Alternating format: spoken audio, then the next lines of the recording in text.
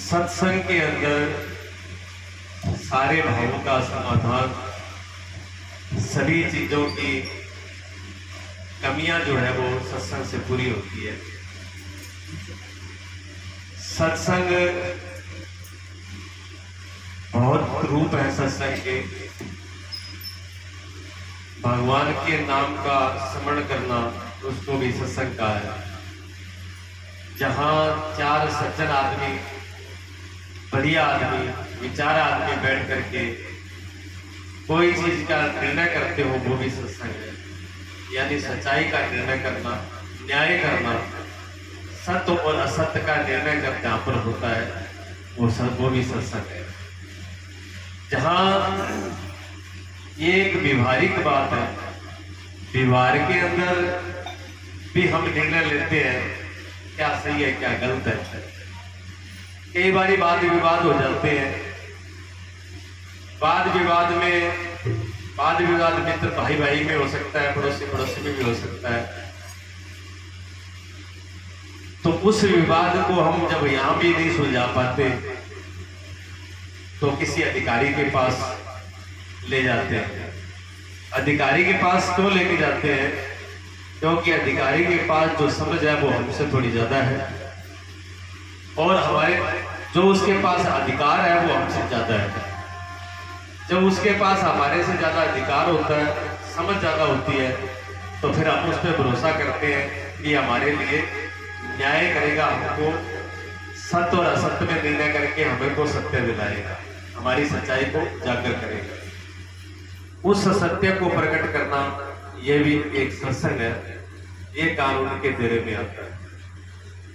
फिर किसी शास्त्र की, वो शास्त्र जिन शास्त्रों को प्रमाणित किया गया, जो शास्त्र ऋषि मुनि महान पुरुषों के द्वारा आए हैं या भगवान की वाणी के द्वारा आए हैं, उन शास्त्रों का समझना, निचोड़ निकालना कि उन महापुरुषों ने इस मनुष्य के लिए क्या संदेश दिया है, क्या करना चाहिए, इस मनुष्य को इस भवबंधन से, संसार से छुड़ाने के लिए क्या करना चाहिए। वो महापुरुषों ने बताया है तो वो क्या रास्ता बताया है, क्या युक्ति बताई है, क्या उपाय बताया है, क्या ढंग तरीका बताया है जिसको करके हम इस दुखों से, इस बंधन से छूट जाए, वो भी सत्संग है। थोड़ा सा और ऊपर चलो, थोड़ा सा जब पास आते हैं तो दुष्ट लोगों के, बुरे लोगों का जो संग होता है वो कुसंगत है। लेकिन महापुरुषों ने एक बहुत सुंदर बात कही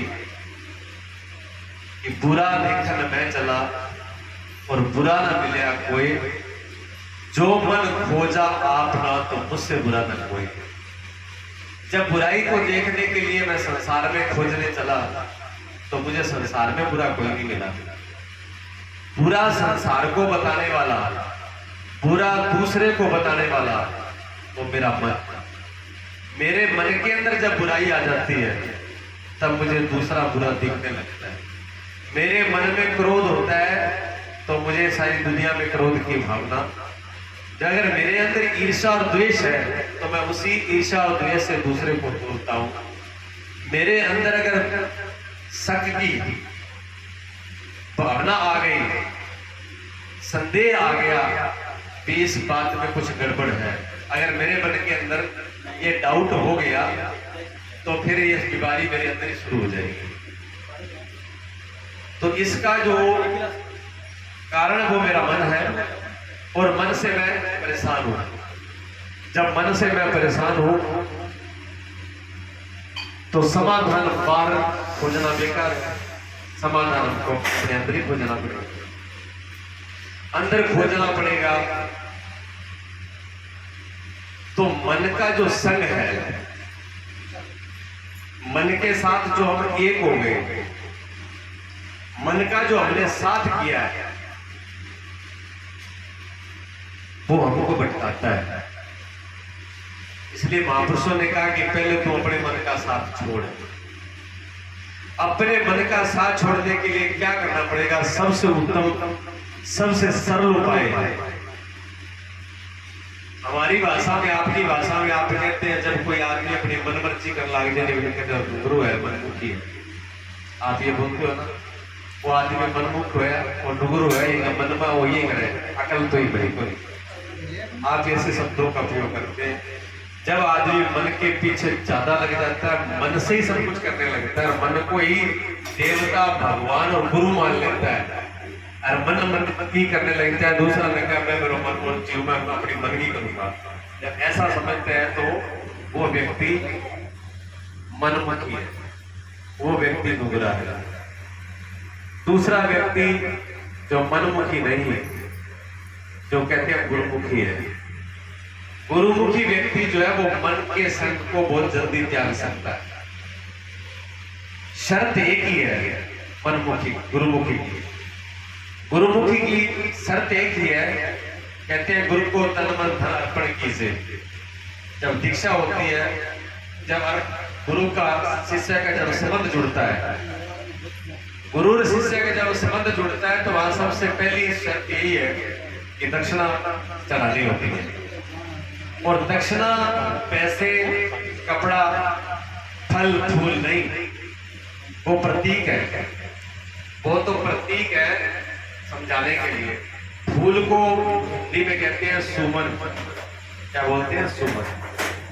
सुमन का मतलब फूल होता है, मैंने सुंदर मन, सुंदर मन।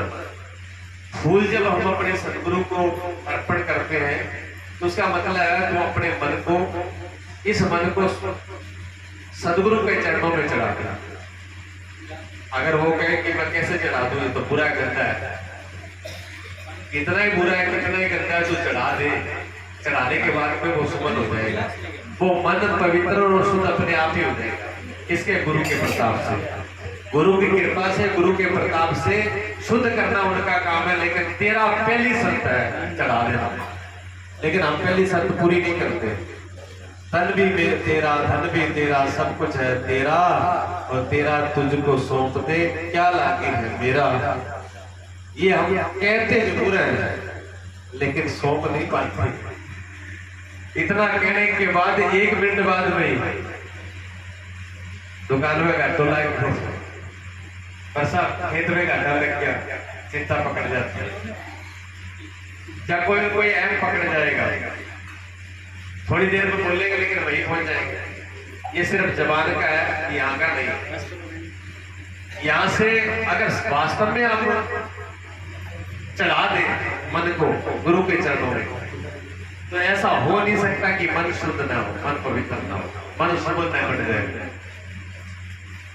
आप कहोगे ये कैसे हो सकता है? हो सकता है, आप रोज देखते हो लकड़ी गीली होती है, लकड़ी टेढ़ी मेढ़ी भी होती है, लकड़ी भी सुलेड़ी भी होती है, लकड़ी में बदबू भी आती है, लकड़ी के अंदर कीड़े भी होते हैं, लेकिन आग में डालने के बाद, आगे डब्बे डालने के बाद थोड़ी देर धुआं आता है, बाद में फिर ना टेढ़ा रहे, ना कठोरपना रहे, ना सुलेड़ापना रहे, ना कीड़ा रहे, ना बदबू रहे, और ना ही लकड़ी रहे, सबका काम साफ हो जाता है। फिर तो आग का रूप, वो लकड़ी जो है अग्नि के रूप हो जाती है। ठीक है ना? जब ये मन सतगुरु के अर्पण हो जाता है तो ये गुरु के रूप में हो जाता है, पवित्र हो जाता है, ये शुद्ध हो जाता है, तब उसको कहते हैं ये गुरुमुखी है। जब तक ऐसा नहीं होता, चाहे वो गुरु के पास बैठ भी रहे, चाहे आराम आराम से विद्यार्थी रहो, बोलो नहीं बस, चाहे आराम कितने भी रहो, और सत्संग का आनंद पाओ मत, चाय के साथ जाने दो अंदर समझो, या चाहे अब तक आवा नहीं सुनने तक, या समझ भी सुनने तक जाने दो अंदर, असर करेगा। अगर ऊपर रहेगा तो असर नहीं होगा। बोलना नहीं है, बस बिना बोले।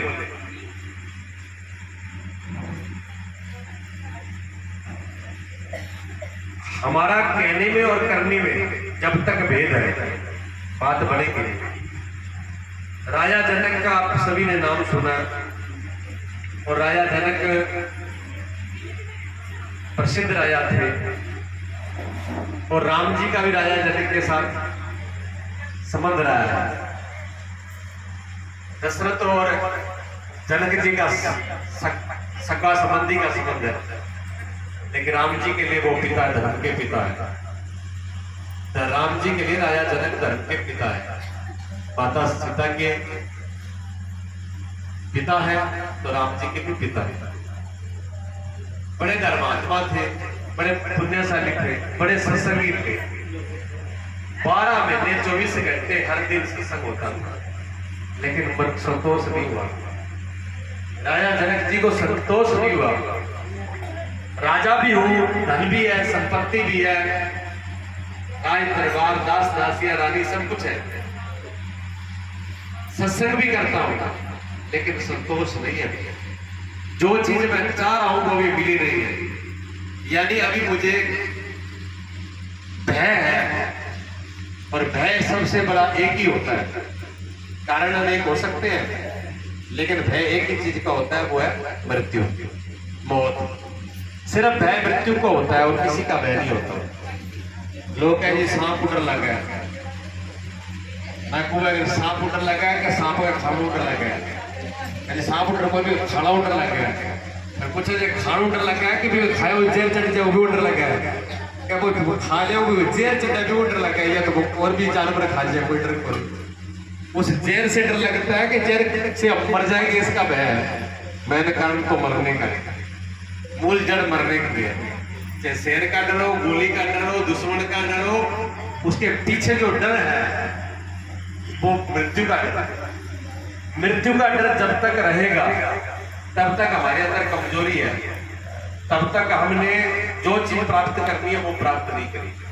जिस दिन मृत्यु का भय चला जाए, जिस दिन मृत्यु खत्म हो जाए, जिस दिन मृत्यु आपकी दृष्टि में मृत्यु ना रहे, उस दिन समझना कि आपका मनुष्य जीवन सफल हो गया। उस दिन आपने सत्संग कर दिया। उस दिन सत्संग होगा, उससे पहले सत्संग की चर्चा है, सत्संग की बात है।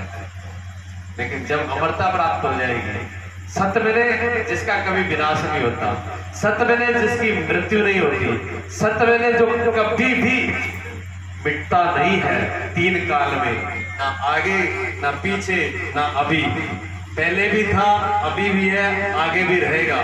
जो हमेशा है हमेशा रहे, वो तत्व, वो परम पद, वो परम सार, वो निचोड़, उसको आत्म पद कहो, उसको चैतन्य कहो, उसको परमात्मा कहो, उसको आत्मा कहो, उसको निर्वाण कहो, उसको मोक्ष कहो, उसको मुक्ति कहो, उसको कल्याण कहो, कुछ भी नाम कहो, जब तक वो प्राप्त नहीं होता तब तक सत्संग नहीं है। सत्य एक ही है, और वो है अमृत।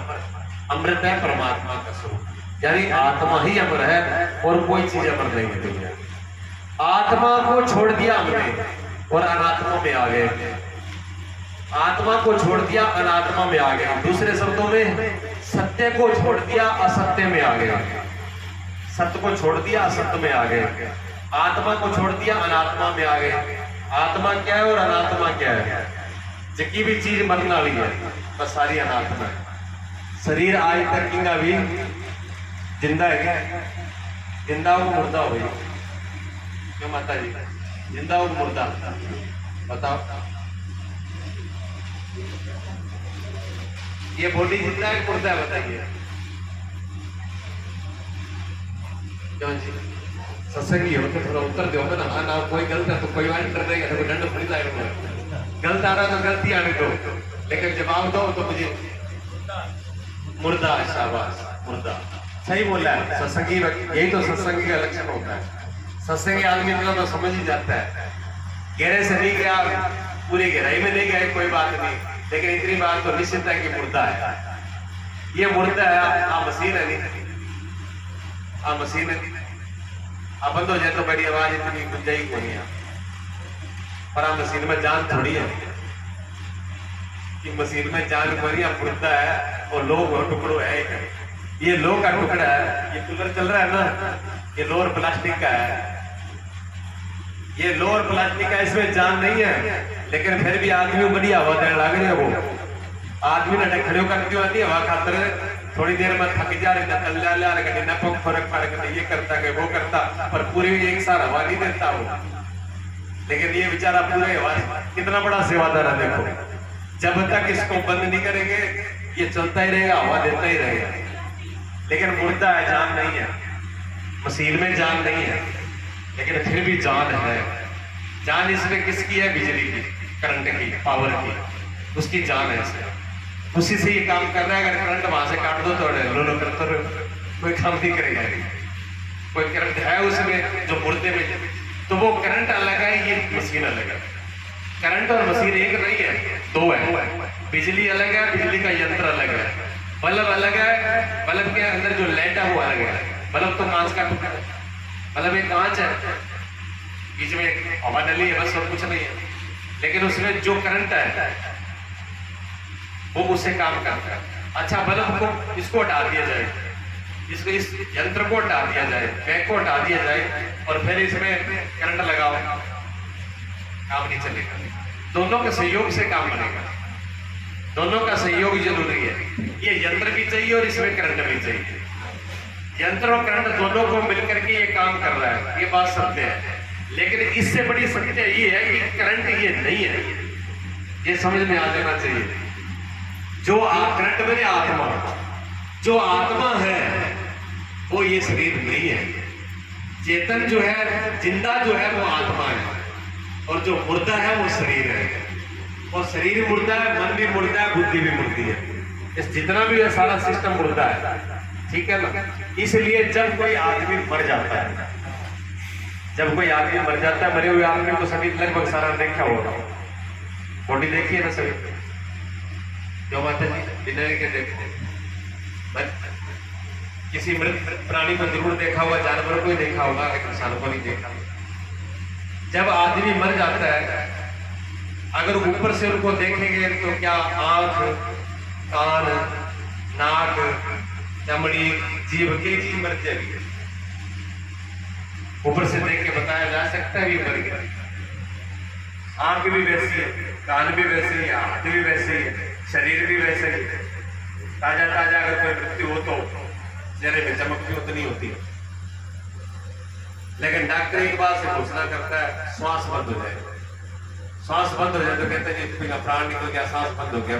तो श्वास तो एक हवा है, श्वास एक हवा है, लेकिन उसके श्वास के अंदर भी इसको प्राण शक्ति कहते हैं। और प्राण शक्ति जो है वो चेतना की है। उस प्राण शक्ति के साथ ही चेतना अलग हो जाती है। उसी का सारा खेल है। उसको समझने के लिए ये मनुष्य का जीवन मिला है, उसको समझने के लिए।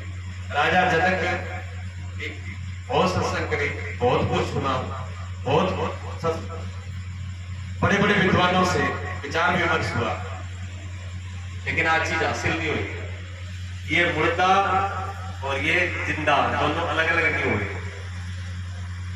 भेद हटा नहीं, यानी सत्य का और असत्य का, जिंदा का और मुर्दा का, आत्मा का और अनात्मा का भेद अलग अलग नहीं कर पाए।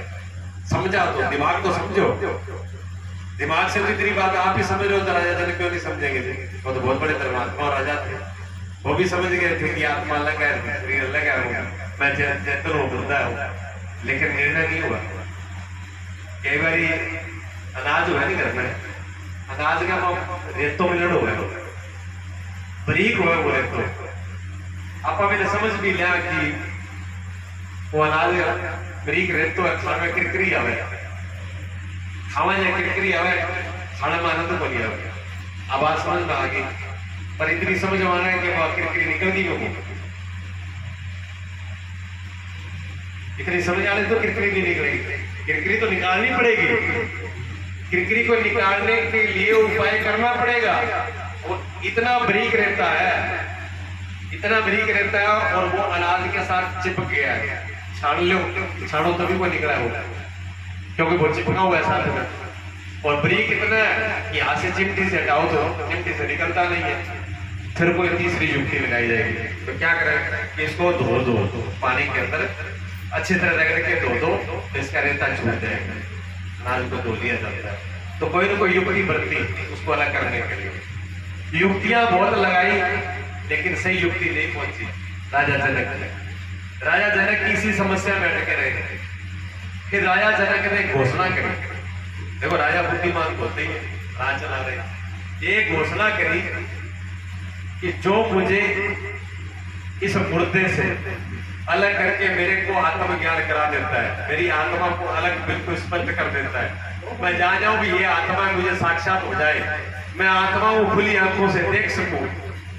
अगर ऐसा कोई कराने वाला हो तो आधा राज्य और 1000 गौओं के सोने के सीख बढ़ा करके उसको दान दूंगा। लालच बड़ी बुरे मिला हुआ है। बड़े बड़े लोग अमेर का बैठे हथियार है, तो राज मिले वो सोना की मंडारी वाली सींग मंडारी गौवा मिलेगी कि वो जी को निकले पति बोलना चक के बच जा। कोई गीता लेके बच्चों, कोई वेद है, कोई शास्त्र है, कोई पुराण, जो जिसकी समझ थी वो सब ले लेकर के पहुंचे। जितनी राजा को ज्ञान करा देंगे, 1 मिनट का काम है, राजा के मालिक पड़ेंगे। अच्छा, जो ये बताओ, जो पहले लोभ में बंधा हुआ है, जो पहले ही बंधा हुआ है, वो दूसरे को कैसे छुड़ाएगा? समस्या तो यही थी कि जो जिसके हाथ खुद के ही बंधे हैं और वो दूसरे को आजाद कराए, कैसे कराया जाए? समस्या तो यही है। वही समस्या गड़बड़ कर रही थी। और जो लोभ के लालच में आगे राजा समझ तो पहले गया भी जितना लोभी है, और उन्होंने कहा कि इसके साथ शर्त नहीं लगाएंगे तो मेरी तो पूरी राजधानियां मर जाएगी। उन्होंने दूसरी शर्त लगाई, अगर मुझे ज्ञान नहीं करा पाया जो व्यक्ति, वो पूरी जीवन पर्यंत मेरा नौकर बन के रहेगा और मेरे यहाँ पर नौकरी करेगा और मेरे आदेश का पालन करेगा, कारागृह में रहेगा, घर लौट के नहीं जाएगा। इसलिए सोच समझ कर आना मेरे पास। जब ये घोषणा सुनी तो आते हो ज्यादा तो भीड़ छट गई, चले गए। ठीक है, टबर पड़ा भी ठीक है, तो राज और सोनो रहने मेरे पास है। भय उत्पन्न हो गया, और जिसमें भय उत्पन्न हुआ वहां सत्य नहीं है, वहां सत्संग नहीं है। अभी सत्य का सत्य का संग नहीं हुआ, अभी सत्संग दूर है। तो भीड़ ज्यादातर निकल चुकी। कुछ विद्वान थे, उनको बड़ा अपनी बुद्धि पर, अपने विवेक पर, अपने समझ पर भरोसा था, राजा को ज्ञान कराए, लेकिन राजा को ज्ञान नहीं करा पाए। ऐसे सैकड़ों ऋषि मुनि नौकरी करने लगे। राजा जनक के यहाँ पर भोजन की व्यवस्था होती और उनके ही नियम से वहां वो काम करने लगे। करते करते समय बीता। उनके अंदर एक ऋषि थे जिनका नाम था कोहोड़ ऋषि। कोहोड़ जो है वो भी उनके जंगल में फंस चुके थे राजा जनक के यहाँ पर जब वो आए थे तो अपने छोटे से बालक को छोड़ के आए। अब वो बालक जो है वो 12 वर्ष का हो चुका था। जब वो अपनी माँ से पूछता कि माँ मेरे पिताजी कहाँ हैं, माँ झूठ बोल देती है। माँ को पता था कि इस बालक को, इस मेरे बच्चे को मैं बताऊंगी तो पिताजी कहाँ है, तो मैं अपने बेटे को जानते हुए इतना जिद्दी है ये वही जाएगा, और बुढ़ापे में मुझे पति का तो सुख चला ही गया, बेटे का सुख और चला जाएगा, बेटा भी मेरे हाथ से चला जाएगा। क्योंकि ये राजा जनक के यहाँ पहुंचेगा, जब इसका बाप भी इतना पढ़ा लिखा था, उसने ज्ञान नहीं कराया, तो ये तो बच्चा भी अबोध है, इसको इतनी समझ कहाँ से है, और ये भी वही जान के पीसेगा। इसलिए माँ जो है हेर फेर कर देती, बताएंगे बाहर गए हुए 100 बातें भूल जाते। चलता रहा। एक दिन क्या हुआ, यज्ञ बन के जो बेटे और कोढ़ ऋषि के पुत्र अष्टावक्र, इन दोनों का आपस में विवाद हो गया। विवाद हो गया तो उसने कहे कि तू इतना ही बड़ा अपने आप को बुद्धिमान और अपने आप को सिद्ध समझता है, तो तेरा बाप बड़ा चाकी किससे? जनक राजा के यहाँ पे उसको छुड़ा लिया। उसको एकदम धक्का लगा, मेरा पिता जो है और जब राजा के यहाँ के जेल में है। अच्छा, उसको क्यों पता था कि उसके पिता ने बता दिया था भी ऐसे से इनके पिताजी जो है वो राजा जनक के यहाँ पर जेल में है। अब कोई सच्चाई होती है ना, वो ज्यादा दिन छिपती नहीं है, एक ना एक दिन वो उगड़ जाती है, सामने आ जाती है। तो सच्चाई छिपी नहीं, वो आ गई सामने। जब सच्चाई सामने आ गई तो अपनी माँ के पास तुरंत स्कूल से, पाठशाला से माँ के पास पहुंचा और कहा, माँ सच बता मेरे पिताजी का। माँ ने कहा, तेरा क्या एक बार दिख रहा, जब आता ये पूछता और कोई काम नहीं है। उन्होंने कहा माँ ऐसे काम नहीं चलेगा, इधर उधर से मुझे आज आपको सत्य सत्य ही बताना पड़ेगा मेरे पिताजी कहाँ है। अगर आप नहीं बताओगे तो आज से मेरा अन्न बंद है, ना खाऊंगा ना पीऊंगा, ऐसे प्राणों को छोड़ दो। जब अष्टावक्र इस बात पे अड़ गए तो माँ समझ गई कि इसको सत्य बताना पड़ेगा, सच्चाई बतानी पड़ेगी। तब जो है उन्होंने कहा बेटा बता देती हूँ लेकिन तुम वहां जाना नहीं, तुम्हारे पिताजी ऐसे से जनक के यहाँ पर जेल में बंदी है और तू जाएगा तो मुझे दुख भोगना पड़ेगा, मैं अकेली रह जाऊंगी। उसने कहा माँ आप ये बातें छोड़ो। प्रणाम किया है माता को अष्टावक्र ने और प्रणाम करके कहा कि माँ मुझे आशीर्वाद दीजिए, मना मत करो, आप मुझे सिर्फ आशीर्वाद दो, आपके आशीर्वाद से मैं राजा जनक तो क्या है, राजा जनक जैसे कि राजा को सीधे रास्ते पे ले आ सकता हूं, सिर्फ आप मुझे आशीर्वाद दीजिए। माँ ने कहा बेटा आशीर्वाद तो क्या दूं, माँ का तो सदा ही आशीर्वाद होता है अपने माँ बच्चों के लिए, लेकिन मुझे दिख रहा है कि मेरा बुढ़ापा दुख में है, मुझे कष्ट भोगना पड़ेगा। अष्टावक्र नहीं माने, माँ को प्रणाम किया, आशीर्वाद दिया, पहुंच गए। अष्टावक्र कहते हैं टेढ़े को, अष्ट में थे संस्कृत का शब्द, अष्ट जगह से टेढ़े थे, सांवला रंग था। जब ऐसे चले तो पूरी सभा लगी हुई थी, जैसे वो पहुंचते हैं सभा के अंदर, जैसे हम आप बैठे हुए ऐसे सब लोग बैठे थे। वो जब सभा में ऐसे आए, उनका रूप, उनका चलना, उनका टेढ़ापन देख करके सभा में लोग हंसे, कहले जी अब आया है ऋषि महान पुरुष, अब करावागा ज्ञान। बालक तो थे, वहाँ बड़े बड़े लोग थे, बड़ी बड़ी जटाएं, बड़ी बड़ी दाढ़ी, बड़ा बड़ा तपस्वी, बड़ा बड़ा पढ़ा लिखा विद्वान। अब वो छोटा बालक, छोटी सी उम्र और वो भी टेढ़ा मेढ़ा, अब देख के मजाक में लोगों ने हंसे जोर से, सारे जोर से हंस गए, थोड़ा बहुत राजा भी हंसा। सब हंस के जब चुप हो गए तब अष्टावक्र जोर से हंसते हैं। अष्टावक्र जोर से हंसते हैं तो राजा समझ जाता है कि बालक साधारण नहीं है, बालक के अंदर प्रतिभा है। जब जोर से हंसे तो राजा ने कही हम हंसे वो तो पता है, सब हंसी ही पता है, पर आप क्यों हंसे? उनका नहीं महाराज, अब तो ऐसे हंसी आ गई नहीं कि नहीं, आपकी हंसी जो है कुछ बयान कर रही है, आप बताइए आप क्यों हंसे? एक बार दो बार तो अष्टावक्र ने टाला, फिर उन्होंने कहा महाराज अगर आप हो तो सत्य कह दो, ये बिल्कुल कह दो।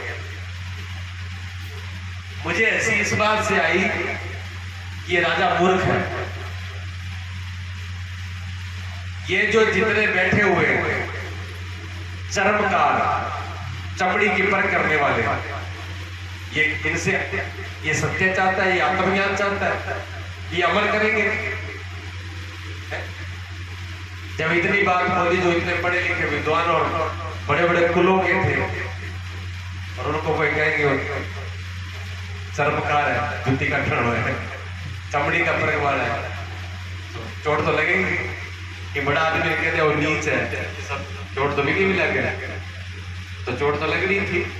ऋषि मुनि एकदम नए बालक उदंड है, माता पिता के संस्कार नहीं है इसके अंदर, बोलने का तरीका नहीं है इसको, इतने इतने बड़े भाई उम्र का लिहाज नहीं जानता, ऐसे शब्द का उपयोग करता है। राजा जनक ने कहा शांत, सारे शांत हो जाओ, सारा शांत हो गए, शांत होने के बात पूरी होने दो। अगर ये बालक उदंडी है, इसने उदंडता की है, अगर इसने गलत की है तो इसको दंडित करना भी राजा का काम है, मैं इसको दंडित करूंगा, आपको उद्गित होने की जरूरत नहीं है, पर लेकिन बात तो पूरी होने दो। उन्होंने कहा, राजा ने कहा कि आपने सबको चरमकार कैसे बता दिया, ये सब ऋषि मुनि है, बड़े पुलिस से आ रहे हैं, पढ़े लिखे हैं, विद्वान है, आपने सबको एक ही दृष्टि से तोड़ दिया। उन्होंने कहा हाँ महाराज, ये हंसे, मैं तो बाद में हंसा हूं, ये पूरी सभा आपको इसलिए हंसी थी कि मैं टेढ़ा मेढ़ा और काले रंग का कार्टून जैसा लग रहा हूं, इसलिए तो हंसी आई। तो ये बताओ, काला और टेढ़ा मेढ़ा ये चमड़ी का रंग है कि मेरा रंग है? जो चमड़ी इन्होंने देखी और चमड़ी इन्होंने परखी, और जो चमड़ी को ही देखता है और चमड़ी को परखता है वो चमार नहीं, तो क्या अगर मेरे को जाना होता, मैं तो सत्यम शिवम सुंदरम हूं, मेरे से ज्यादा सुंदर इस दुनिया में कोई है नहीं, तीनों लोगों में नहीं। मेरा वो रूप है, मेरा सुंदर रूप है, अमृत रूप है, वहां तक किसी की दृष्टि नहीं गई। सारी चमड़ों को देखा इन्होंने, और मूर्ख तुम इसलिए है, इन मूर्खों से तो ज्ञान चाहता है, ये तुम इसे भी कह देते। बात सही, राजा ने स्वीकार किया, आप सही बोल रहे हैं। आप कैसे आए? मेरे पिताजी आपके यहाँ प्रबंधी है, छुड़ाने के लिए, हालांकि कैसे नहीं जा सकते।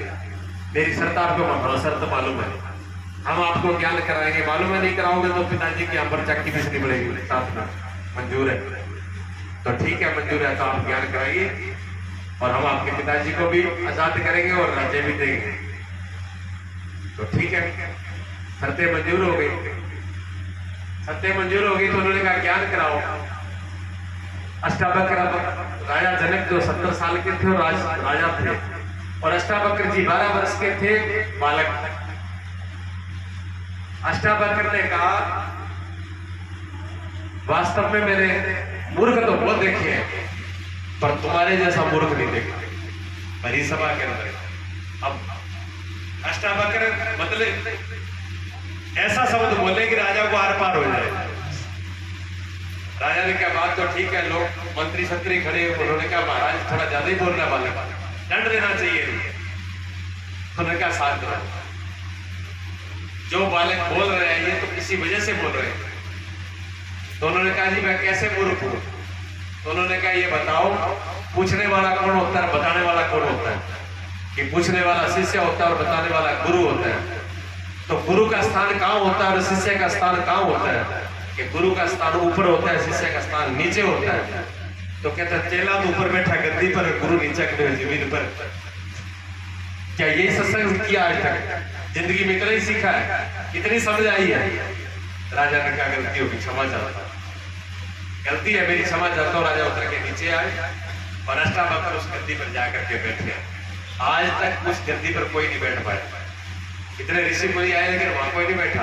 आज पहली बार गद्दी पर कोई बैठा है, और राजा जनक जो है नीचे जमीन पे बैठे। उन्होंने कहा महाराज आप तो सब पूरी हुई, अब जो है आप मुझे ज्ञान कराइए। और ज्ञान राजा जनक की शर्त थी कि मैं घोड़े की लगाम पर पैर रखूं। उन्होंने कहा ठीक है, लेकिन अभी शर्त पूरी नहीं हुई, मुझे पहले दक्षिणा दो, दीक्षा बाद में। उन्होंने कहा राजा जनक के लिए दक्षिणा मेरे को रखी है, कोई मैं तो दरबार में हूँ, ना मेरे पास पैसा है, ना धन है, ना कोई चांदी सोना है, वो तो सब कोष में है, राजकोष में है, और मैं तो यहाँ फैसले सत्संग के लिए बैठा हूँ दरबार में, यहाँ तो मेरे पास कुछ है नहीं। मैंने कहा महाराज है आपके पास संकल्प है जाने का, संकल्प कीजिए यहाँ पे, तन मन और धन तीनों संकल्प में मुझे अर्पण कीजिए। ये तो है लो, फिर त्रिवाचा जल दिया आपके अंदर और त्रिवाचा भरवा लिया कि तन मन और धन ये मैं आपको समर्पित करता हूँ, अर्पण करता हूँ। जब तन मन धन जब अर्पण कर दिया, कहते जी अब दक्षिणा तो दे दी, अब कहते अब कहते ठीक है दक्षिणा दे दी तो जाओ चढ़ जाओ, घोड़े के रकाब पे रखो पैर। राजा खड़ा होकर के चलता है 2 कदम, तीसरा कदम रखता है, अष्टावक्र पीछे से आवाज लेते हैं मूर्ख राजा, जो मुझे अर्पण किया है उसको छोड़ करके फिर चढ़ जाओ। अब राजा वही खड़ा खड़े हुए, सत्संगी तो थे, वही खड़े हो, आंखें बंद हुई और अंदर वृत्ति गई, सुरती जो है अंदर लौट करके गई, और सुरती में देखा कि मैंने गुरु को क्या अर्पण कर दिया। तन ये शरीर मैंने गुरु को दे दिया, मन भी गुरु को दे दिया, और धन में अपने आप अहंकार मैं अपने को भी दे दिया, तो फिर बचा क्या है? जो असत्य था वो तो सब चला गया, पीछे वो एक ही बचा जो बचना था। वृत्ति जो सुरत उसके साथ लग गई, और जैसे सुरत उसमें समाई वही समाधि लगती रही। राजा को समाधि लग गई, और समाधि से जैसे बाहर आए चरणों में पड़ गए, गुरुजी आज मैं जीवन में धन्य हो गया, आज मैंने सब कुछ पा लिया, आधा राज ने पूरा राज्य आपका है, बताओ इस दास के लिए क्या हुक्म है? पहला हुक्म यह है कि सारे ऋषि मुनियों का जान करो, सारा आजाद कर दिया, छोड़ दिया। और अब का ये राज अष्टावक्र जी ने कहा, राजा जिस राज से तू सुखी नहीं हुआ वो राज का मुझे सुखी करेगा। हाँ, तूने मुझे अर्पण कर दिया तो आज ये राज मेरा ही है और तू मेरा मुनीम है। और इस राज का कारोबार संभाल, जैसे पहले बैठे काम करता है ऐसे अब कर, ठीक है ना। इस जीवन के अंदर जिसने इस युक्ति गुरु के द्वारा इस चीज को प्राप्त कर लिया हो, इस चीज जान लिया हो क्या सत्य है और क्या असत्य है, और अपने सत्य के अंदर जीना शुरू कर दिया, असत्य का त्याग कर दिया, यानी चढ़ा दिया कि गुरु को चढ़ाओ, परमात्मा को चढ़ाओ। परमात्मा हमने देखा नहीं है, परमात्मा का क्या रूप है, क्या रंग है, कैसा ढंग है, वो हमने नहीं देखा। और जिसको देखा ही नहीं है उसको सौंपे कैसे बताओ। कोई कहते जी सारो घर बार की चाबी फलाना बंदा का सौंप दे, क्या फलाना गुण है, क्या बस फलाना समझ ले तू कोई है। वो कहते तेरा दिमाग खराब है, वो कोई ना तो दिखे सामने ना है, सारों की मैं सौंप दूं, क्या सौंप दूं, पहले मैं दिखे तो सही गुण है। तो परमात्मा किसी को दिखता नहीं है, इसलिए सौंपना मुश्किल। तो दिखता कौन है? दिखता गुरु है। इसलिए गुरु की महिमा परमात्मा से बड़ी है। गुरु हमको दिखते हैं, गुरु में इतनी श्रद्धा हो, विश्वास हो कि वो गुरु पे सब कुछ सौंप पाए, तब वो वहां पर पहुंच पाते। बड़े बड़े पहुंचे, एक नहीं वो पहुंचे, ऐसे ऐसे पहुंचे। आप ये मत सोचना कि जी मैं तो अनपढ़ हाँ, किसान हाँ, ज्यादा पढ़ा लिखा कोई, ज्यादा तपस्या नहीं करी, स्मरण नहीं किया, पूजा पाठ नहीं किया, ध्यान नहीं किया, कोई योग युक्ति नहीं करी, योग हम जानते नहीं है, कोई ऋषि मुनि महात्माओं का यह काम है नहीं। ऐसे बहुत से उदाहरण है जो कुछ नहीं जानते थे वो भी उद्धार हो गया उनका, वही परमात्मा को पाया। आपने सुना सबरी का नाम? सबरी कितनी पटड़ी थी? कितनी पटड़ी बेटा? एमए कर ली। हाँ, पंजाबी में बोला एमए, एमए कहते एम ही है। पंजाबी में एमए रखा एमए ही है, मतलब एमए ही है, हल्ली है। बात तो सही है भी, एमए कर ली बात, क्योंकि स्कूल तो देखा ही जानते नहीं थे कि सबर कुल में पैदा हुई भीलों के अंदर, जंगल के अंदर, पता ही नहीं था पढ़ाई और विद्या क्या होती है, कोई पता नहीं था। और क्या छोटा बड़ा होता है ये पता नहीं। फिर शरीर देखो, फिर शरीर पुरुष का नहीं था, शरीर स्त्री का, शरीर भी स्त्री का, अनपढ़, और जाति बहुत बड़ी नहीं है, कुल बहुत बड़ा नहीं है, जाति छोटी, कुल छोटा, सब प्रकार से। तो अपने आप को समझ लिया हमारे लिए तो कुछ भी नहीं है। और ऐसा होने के बावजूद भी घरबार छोड़ के जंगल में चली गई। एक घटना से, सिर्फ एक घटना घर में घटी, और उस घटना से वो जंगल की तरफ सबरी जो चली जाती है। छोटी उम्र है, ज्यादा उम्र नहीं। जीवन में हमारे भी घटना घटती है। कई बार घर का माँ इतनी धक्का लग जाता है, जहां तो मन करता है मर जाना चाहिए, आदमी सोचता है। और जहां ये सोचता है कि तो छोड़ छाड़ के इसी जगह चला जाओ जैसे कोई ना दिखे, आदमी ऐसी हालत में आ जाता है बहुत बार। ये जीवन परमात्मा ने दिया है। इस मृत्यु लोक के अंदर चाहे कोई छोटा है चाहे बड़ा है, चाहे पढ़ा लिखा हो, अनपढ़ हो, किसी कुल जाति का हो, समस्या ना ही हो ऐसा कोई है ही नहीं। भगवान राम और कृष्ण, बड़े बड़े ऋषि मुनि जिनके नाम है, जब उनके पास भी समस्या आई थी तो हम कौन सी चीज है, उनको भी हर वक्त संघर्ष से, हर वक्त कोई न कोई दुख से निकलना पड़ा। जब उनको भी इतने बड़े संकट से निकलना पड़ा तो फिर हमारी और आप जो कार्य क्या है, यहाँ पर समस्या सभी को आती है। और समस्या पर है जो ज्यादातर कमजोर दिल है, नासमझ है, जिनके पास कोई निर्णय नहीं है, जब किसी संत महापुरुष सत्संग में बैठा नहीं है, वो ज्यादातर निर्णय ये लगता है भी इस जीवन को खत्म कर दूं, पानी में डुबो दूं, ये फांसी लगा लूं, ये स्प्रे पी के मर जाऊं, खा पी के मर जाऊं। वो आदमी सोचता है इस जीवन को नष्ट करने के लिए। जो सत्संग में ना बैठा हो, जिसके समझ बूझ की कमी है, जिसमें हृदय की कमी है, जिसके अंदर ज्ञान की कमी है, वो इस कीमती हीरे को खोना चाहेगा एक मिनट में। लेकिन जिसने सत्संग करी है, जो किसी महापुरुष के सानिध्य में बैठा है, जिसके पास थोड़ी भी हृदय की आंख है, वो उस समस्या का समाधान खोजता है। समस्या आई है तो वो कहते हैं कोई बात नहीं, समस्या इंसानों पर ही आती है, समस्या आदमी पर ही आती है, समस्या का समाधान करेंगे। एक से पूछेंगे, दूसरे से पूछेंगे, रह लेंगे, सहयोग लेंगे। अरे कोई नहीं तो निर्बल का बलराम, जिसका कोई नहीं होता उसका राम होता है। सत्संगी आदमी को इतना भरोसा होता है, जिसका कोई नहीं है, जिसका कोई नहीं है उसका राम है, जिसका कोई नहीं होता उसी का राम होता है। तुलसीदास जी ने लिखा भी है, तुलसी भक्त समुचो भलो, कहते तुलसी भक्त समुचो भलो, जो जपे वेद दिन राम, ऊंचो कुल के ही काम को जहाना हरि को नाम। तुलसीदास जी कहते हैं कि ऊंचा ऊंचा कुल और बड़े बड़े बुद्धिमान, जहां राम का सारा नहीं, राम का ही नाम नहीं है, तो वो कुल किस काम का है? वो कुल काम किसी का नहीं आएगा।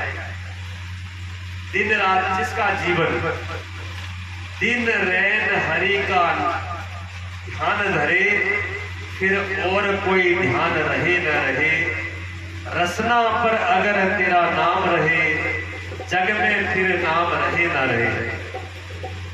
जो सत्संग में चलता है व्यक्ति, वो कहता है कि कोई साथ रहे ना रहे, मेरा नाम भी रहे ना रहे, मेरा मान सम्मान रहे ना रहे, क्या कोई इज्जत करेगा, क्या कोई बेइज्जती करेगा, क्या मेरे को अपमानित करेगा, क्या मुझे छोटा समझेगा, बड़ा समझेगा, मुझे इससे कोई लेना देना नहीं।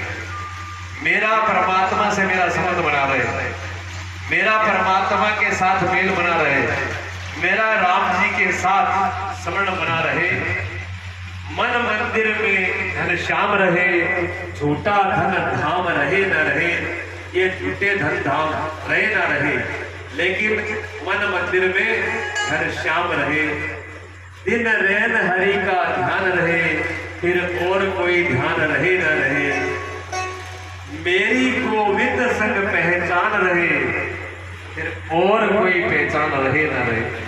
एक गोविंद के साथ, एक सदगुरु के साथ, एक प्रभु के साथ मेरी पहचान बन जाए, दुनिया में पहचान रहे न रहे, क्या फर्क पड़ता है?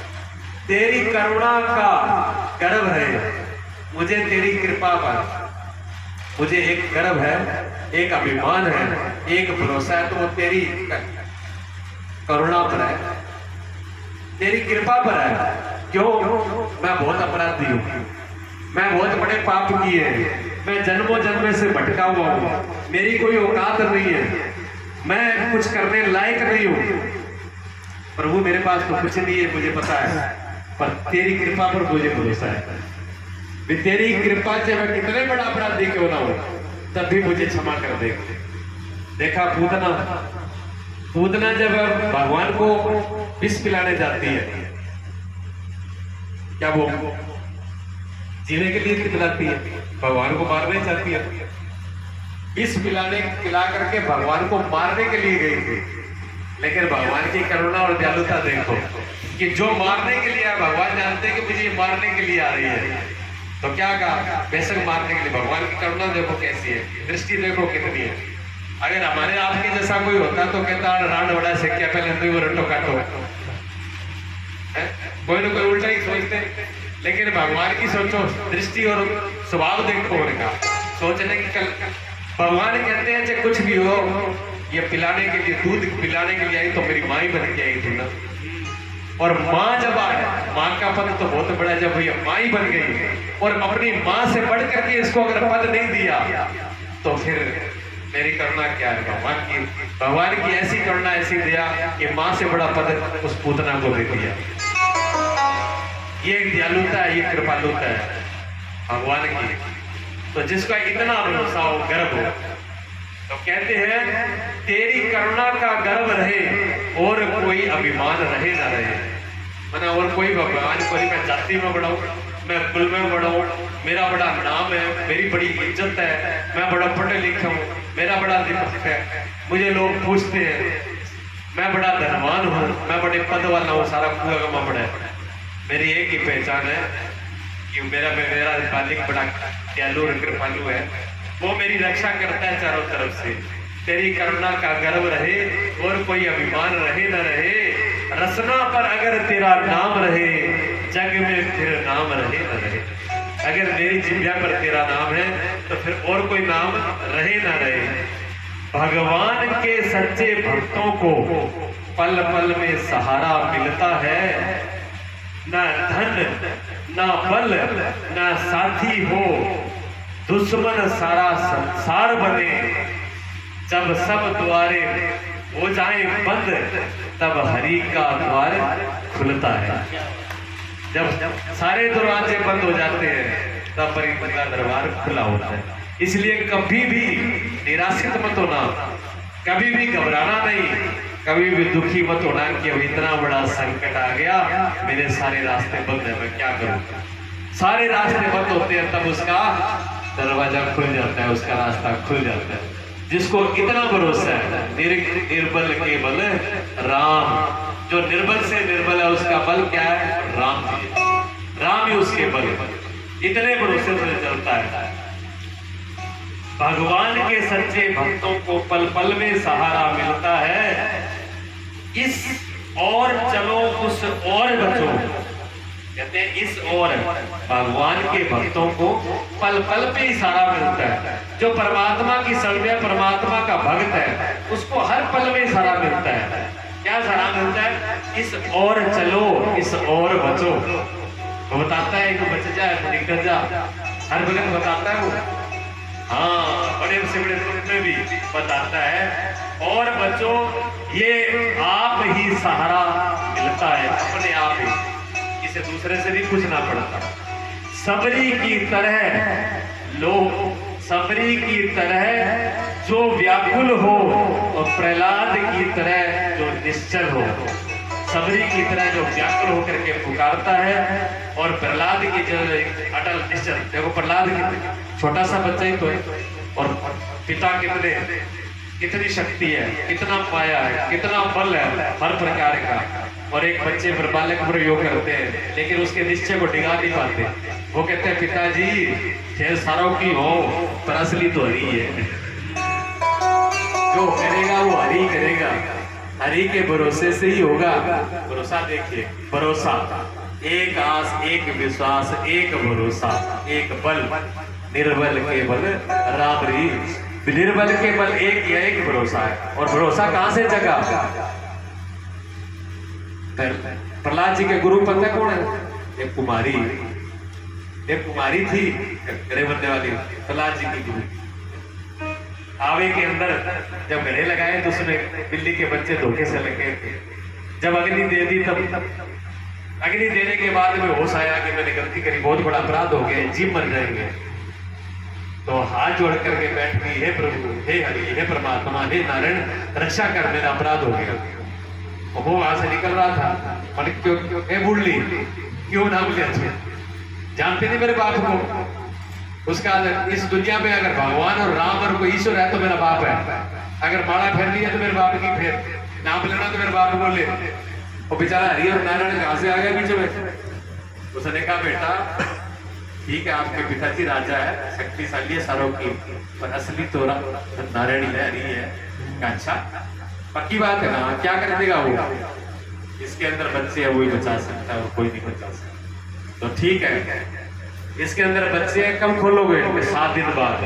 7 दिन जब बाद में जब खोलो, जब मैं आऊंगा, अगर बच गए तो हरी ही सही है, हरी सब कुछ है, नहीं बच्चों तो फिर तू तैयारी कर ले, वे तो मरेगा, तू भी लटकेगी।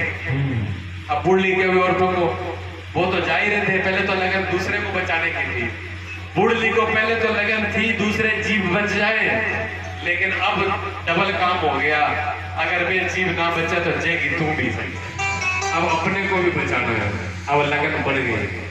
लेकिन बढ़ गई हे हरि हे हरि, एक रात दिन सब कुछ छोड़ दिया, एक ही धुन, एक आस, एक ही विश्वास, उसी में लग गई। 7वें दिन जो है बच्चे जीवित निकले।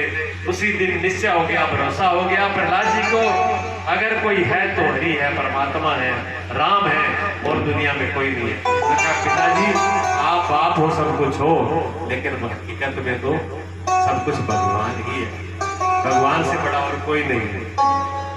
सबरी की तरह जो व्याकुल हो, प्रहलाद की तरह जो निश्चल हो, ध्रुव साधक जैसा निश्चय हो जिसका, उसे नंद द्वार मिलता है। ऐसा जिसका निश्चय होता है उसका नंद का द्वार मिलता है। परमात्मा का, भगवान के सच्चे भक्तों में को पल पल में सहारा मिलता है। भगवान का जो सच्चा भक्त है उसको हर पल हर घड़ी सहारा मिलता है। इतना विश्वास, इतना दृढ़ता चाहिए। सबरी की थोड़ी सी घटना घटी, थोड़ी सी घटना सबरी के जीवन में घटती है। बाड़े के अंदर जीवों, देखो दया की कोई चीज है, दया धर्म का मूल है।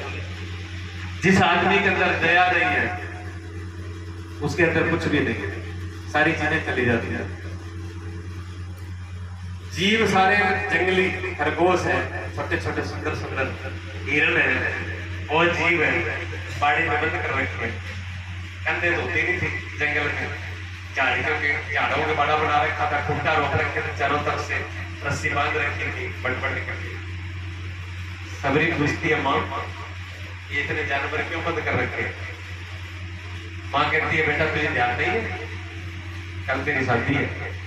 तो माँ शादी मेरी या जानवरों ने क्यों बंद कर रखे हैं? कि जानवरों के, तू तो बावड़ी है, जानवरों को इसलिए बंद कर रखा है जो बराती आएंगे उनको खिलाएंगे क्या? इनकी तो सब्जी बनेगी, जानवरों को काट काट करके बना के खिलाया जाएगा। इतना सबरी को कहा, सबरी का हृदय काम किया, ये माँ मेरी शादी के लिए इतने जीव मारे जाएंगे, इतने जीवों को काटोगे तो आज शादी ना करें तो ठीक हो नहीं, इस शादी का क्या फायदा है? माँ कहे ना ना, तो शादी का तो नियम होता है, ये तो हमारे कुल की मर्यादा है, कुल में जो सभी बच्चे हैं सबकी शादी होती है, तुम्हारी भी शादी होगी। और हमारे यहाँ सब ऐसे सब जितने भी है भील, हमारे सब ये बनाया जाता है, खिलाया जाता है। कोई नई आज की रीति है, पता नहीं कब से रीत चली आ रही है। माँ ने बहुत समझाया बुझाया, सबरी समझ गई माँ तो मरना नहीं की प्रकार, पर ये जीव मारे जाएंगे बेचारे। सबरी को नींद नहीं आई, माँ तो जाके सो गई, कल शादी है। सबरी को नींद नहीं आई, सबरी रात को जगती रही, देख लिया कि सारा सो गया, नींद आ गई। पहले तो कई बाड़े में बाड़ खोल दिए, सारे रस्से खोल दिए, सारे जीवों को निकाल दिया, आजाद कर दिया। और जैसे सारे जीव आजाद हुए निकले तो सब जीवों की आत्मा से आशीर्वाद निकला, हे सबरी जैसे तुमने सब बंधनों से हमें मुक्त किया, एक दिन परमात्मा तेरे को इस सबसे मुक्त कर दे तो भी ऐसा आशीर्वाद देकर के निकली। और सबरी जो है अब सबरी को मालूम था अगर मैं ठहरूंगी तो ये तो छोड़ दिया, शादी हो रही है तो क्या गोड़ पकड़ के लिया, शापो तो मैं ही हूँ, बीमारी तो मैं ही हूँ, मेरी वजह से फिर मारे जाएंगे, इसलिए रटा ही खत्म करो। सबरी रात को जंगल में निकल गई। अब रात में ना कोई रास्ता, ना कोई कुछ, ना कोई पता ठिकाना कुछ नहीं है, लेकिन रात को चलती गई चलती गई चलती गई, सुबह भोर हो गई। भोर देखती है जाकर के बहुत दूर निकल गई है जंगल में, तो एक धुआं सा निकल रहा है, तो लेकर देखा यहाँ कोई है, तो मालूम पड़ा कि यहाँ कोई ऋषि महात्मा रहते हैं, संत लोग रह रहे हैं। अब जंगल में और तो कोई था, संत रह रहे हैं। अब संत तो रह रहे हैं, उसका मन तो करता है कि मैं संतागन चली जाऊं, लेकिन डर ये लग रहा है कि मैं तो एक तो लड़की हूं, पता नहीं आश्रम में पढ़ने दे कि ना पढ़ने, दूसरी बात मैं भीड़ जाती हूँ, फिर मेरा रूप का रूप है, फिर मेरे मिलने चले कपड़े हैं, मेरी तो शक्ल देख करके ही उनको शराब दे देंगे। बड़ा भय लगा, बड़ा भय लगा। सभी तो सबरी की हिम्मत नहीं पड़ रही है अंदर जाने का। उसने कहा क्या करूं, और जंगल में जाऊंगे तो दिक्कत है, यही कहीं पास में छुप करके फल फल खा के अपना जीवन निकाल लूं, पर क्या करूं, ऐसे तो रहा नहीं जाएगा। इन संतों की सेवा की जाए तो कैसे की जाए। अब सेवा करने का भाव देखिए, जिसको सेवा करने का भाव होता है वो सेवा ढूंढ ही लेता है, कैसे ढूंढ लेता है। वो सेवा ढूंढ ही लेगा भी ये सेवा करनी है वो कर लेगा। चक्कर ना करना है नहीं फिर 4 बारी कोई 10 बारी कहते वो कोई भलो बना ही ले वो बनते हैं वो नहीं पर सेवा नहीं करते वो उसमें बहाना में अड़ा के निकलेगा। सबरी ने कहा कि अब संतों की सेवा क्या करें, छुप करके देखते क्या करते हैं। संत सुबह इस रास्ते से जाते हैं, फूल लेकर के आते हैं, यज्ञ की और भोजन के लिए लकड़ी लेकर के आते हैं, पत्ते लेके आते हैं पत्तल में भोजन करने के लिए पत्तल बड़े। सबरी ने पहले तो नोट किया, नोट करके उसने कहा ठीक ये बात। सबरी ने सबसे पहला काम किया, क्या किया, झाड़ू। सबसे पहले झाड़ू इख्तियार किया, बनाया है सबरी ने। सबरी ने कहा कि ऋषि मुनि जो है यहाँ से निकलते हैं और उनके पैरों में कांटे लगते हैं, पत्थर लगते हैं, कंकड़ लगते हैं। अगर ये रास्ता बुहार के सुबह साफ कर दूंगा तो ऋषि मुनियों के पैरों में चुभेंगे नहीं। ये सेवा उन्हें भारी जाली लगानी शुरू कर। पहले दिन भारी लगी हुई देखी, वहां से जो संत साधु थे उन्होंने क्या भाई भारी लगाई है, पता नहीं किसने, हो सकता है चलो किसी साधु लगा दी हो, मन में आ गया हो, ज्यादा मोर नहीं करेगी, कभी भारी काट दी। दूसरे दिन क्या हुआ कि सब भारी तो निकली भी है और भारी के साथ साथ लकड़ी के इतने इतने गट्ठर बना करके रखे हुए, जगह जगह रख दिया। महात्मा लकड़ी तोड़ के लिया, 8वीं गठरी लिया, ये कर लिया, रोटी बना ले। और उस भारी लकड़ी के साथ में बढ़िया बढ़िया पत्तों की पत्तल बना करके, दोने बना करके भी गड्डी बना कर रख। जब रख दी तो 3-4 दिन बीत गए, तब सभी साधु चर्चा करने लगे, ये सेवा कौन करके जाता है? भी सेवा तो दिखती है, पत्तल भी रख दी, लकड़ी भी रख दी और रास्ता भी साफ कर दिया। सेवा तो दिख है पर सेवादार कौन दिख है? सेवा दिख रही है लेकिन सेवादार दिखाई नहीं दे रहा है कौन? आजकल के हुए सेवादार तो बहुत दिख है पर सेवा बहुत दिख है। सेवा बहुत दिख है, सेवादार बहुत खड़ा हुआ है। मुझा बढ़िया मट लगा वो करे, अब कर दिया काम, बड़ी बड़ी बातें भी कर देते हैं। सारा तो पनी हरी गिनती को क्रू है, देखे तो माना हमारे का फिर क्या तो दासा मेरे कोई वाह पड़ी को नहीं तो। और चक्का और सालिया के 2 गांवों के अभी हम हमारे इंद्राज जी जो वर्कर बेचारे हम घूमने गए थे, तो इंद्राज जी बड़ी पढ़ाई करा क्या महाराज जी बड़ो दिल खुश हो गए। चक्का के लोग कितने अच्छे और सालिया के लोग कितने बढ़िया, गांव कितना बढ़िया, गलियां कितनी सुनी है, बढ़िया लकड़ियां बनने रही है, यहाँ के लोग कितने अच्छे हैं। तो बड़ा अच्छे हैं, तो मैं पढ़ाई कर रहे थे, ये पढ़ाई करने जा रहे थे इंद्राज। तो मैंने कहा हाँ ठीक सही कह रहे हो, बहुत टाइम से मैं आ रहा हूँ, सालिया में बहुत टाइम से आ रहा हूँ, चक्का में भी आ रहा हूँ। मैं यहाँ के बहुत सत्संगी लोग हैं, धर्मात्मा लोग हैं, गौओं की सेवा करते हैं, सत्संग करते हैं, बहुत ही सज्जन और बरतने वाले अच्छे और धर्म के रास्ते पर चलने वाले हैं। तो देखो सज्जना का जहाँ सज्जनता होती है तो सज्जनता की चर्चा होती है। तो सेवादार बहुत सी जगह ऐसी होती है कि सेवादार दिखते हैं तो सेवा नहीं दिखती, लेकिन अजब है कि सेवा दिख रही है लेकिन सेवादार नहीं दिख रही। फिर महात्मा कहने लगे चलो कोई हो है, आप लोग टाइम बच गए हो, लकड़ी में जानता भी धर्म भजन को बिगड़ पड़तो। अब लकड़ी बड़ी बड़ाई मिल जाती है, पत्थर मिल जाती है, और कभी कभी रास्ते में सुबह सुबह निकलने में पैरों में भी कंटा कंकड़ लगते थे, परेशानी होती थी। अब सारा ठीक हो गया काम, कोई कर रहा होगा भगवान जाने को जाने, अपने तो काम ठीक हो गया। लेकिन वहां पर एक बहुत प्रसिद्ध संत थे, बड़े ही तपस्वी, बड़े धर्मात्मा, बड़े योगी पुरुष उसी जगह पे थे। उनका नाम था मदंग ऋषि। उन्होंने कहा अपने चेलों को, क्यों भाई शिष्यों ये सेवा कौन कर रहा है? क्या गुरुजी पता नहीं, हम तो दिन में देखते रोज को दिखता नहीं है, ये सुबह सुबह करा तो मिलता है। गुरुजी ने कहा करा तो मिलता है, वो तो मैं भी देख रहा हूं, पर करता कौन है? क्या गुरुजी ये पता नहीं है, तो फिर पता लगाओ ये चोर कौन है। तो चेलों ने कहा गुरुजी एक तो सेवा करा है और एक थे मेरे चोर, बताओ सेवा करने वाला चोर कैसे है? तो गुरुजी ने कहा कि चोर है वो पहला चोर इस बात से है कि वो चोरी चोरी सेवा कर रहा है, दूसरा चोर इसलिए है कि वो हमारी तपस्या चुरा रहा है सेवा करके, हमारे भजन का, हमारी तपस्या का फल वो सेवा करके प्राप्त कर रहा है। और तीसरा चोर इस बात से है, अब तो वो मेरा मन भी चुराने लगेगा, इतनी सेवा जो कर रहा है वो कितना धर्मात्मा होगा, वो मेरे मन तक भी पहुंच गए, इसलिए उसको ढूंढो कौन है। तो कैसे ढूंढे? क्या जी दिन में तो कोई दिखा, तो रात में कोई नहीं सोएगा, सारा चेला जागता रहेगा, रात में देखो बुढ़ा सारा चेला लुक लुक के बैठ गया आप अपना ठिकाना पर, ब्याज की छोड़ो। अब सबरी को तो बेचारी कुछ पता ही नहीं था, वो तो रात के टाइम में देखते हो कोई नहीं है। आधी रात को जो है वहां पर भारी की आवाज आई, खटर पटर शुरू हुई।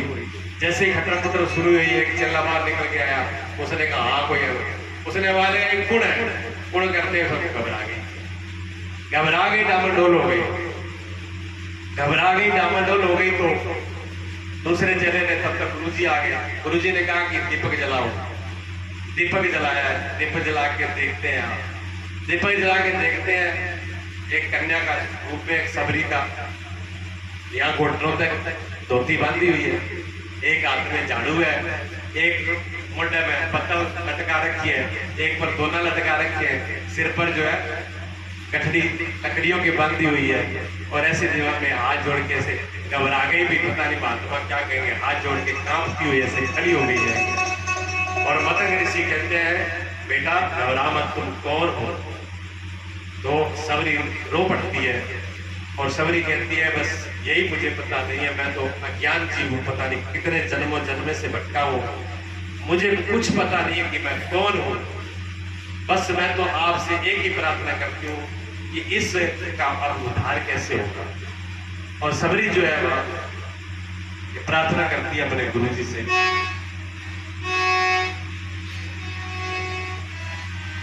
संतों ने जो है अपने शब्दों में लिखा है, उसको बोलिए सतगुरुदेव भगवान की। सबरी कहती है गुरुजी मैं कौन हूं मुझे पता नहीं है, बस मैं एक ही आशा से खड़ी हूं, आपसे मैं प्रार्थना कर रही हूं कि मेरा कल्याण कैसे होगा, मैं इस दुखों से कैसे छूटूंगी।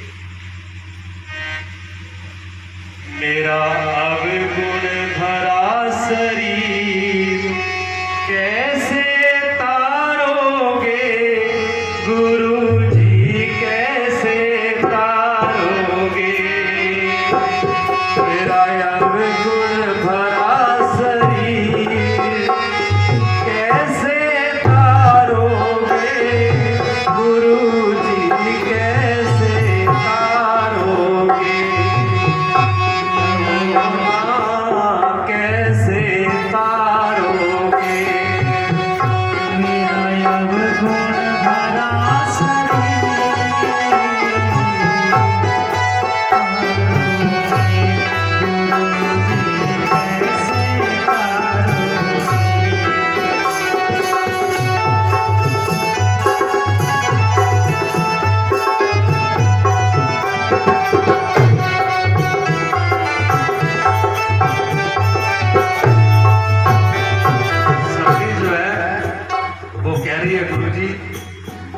इस शरीर ऊपर से देखने भी इतना बेला कुचेला है, उससे भी ज्यादा बेला कुचेला ये अंदर से है।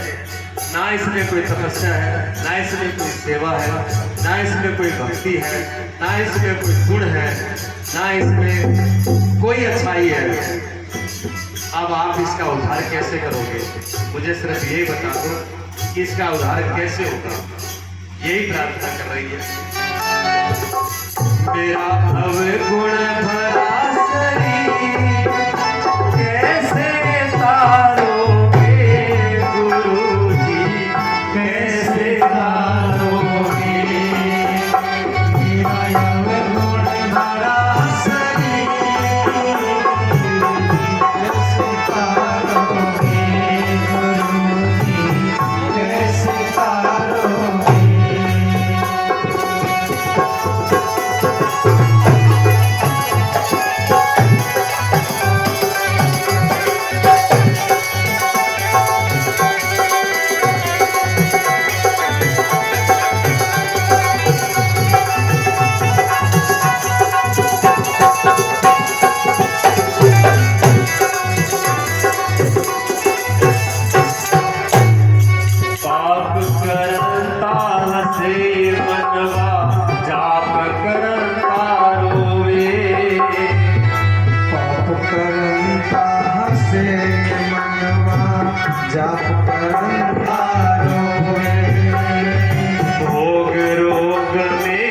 दिन जागे कथा कीर्तन सोवे। निस दिन जागे कथा कीर्तन सोवे। मैनी चादर की गमी कहो ना कैसे तारोगे, गुरु जी कैसे तारोगे, कहो ना गुरु जी कैसे तारोगे।